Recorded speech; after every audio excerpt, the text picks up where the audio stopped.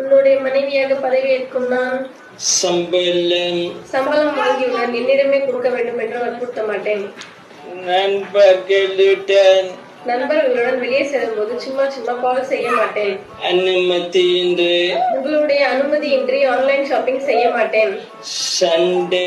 நமக்குள் சண்டை வரும்போது கத்தி கரண்டி இது போன்ற ஆயுதங்களால் தாக்குவதோ சாப்பாடு விஷயம் இருப்பதோ இந்த மாதிரி செயல்களில் ஈடுபட மாட்டேன்.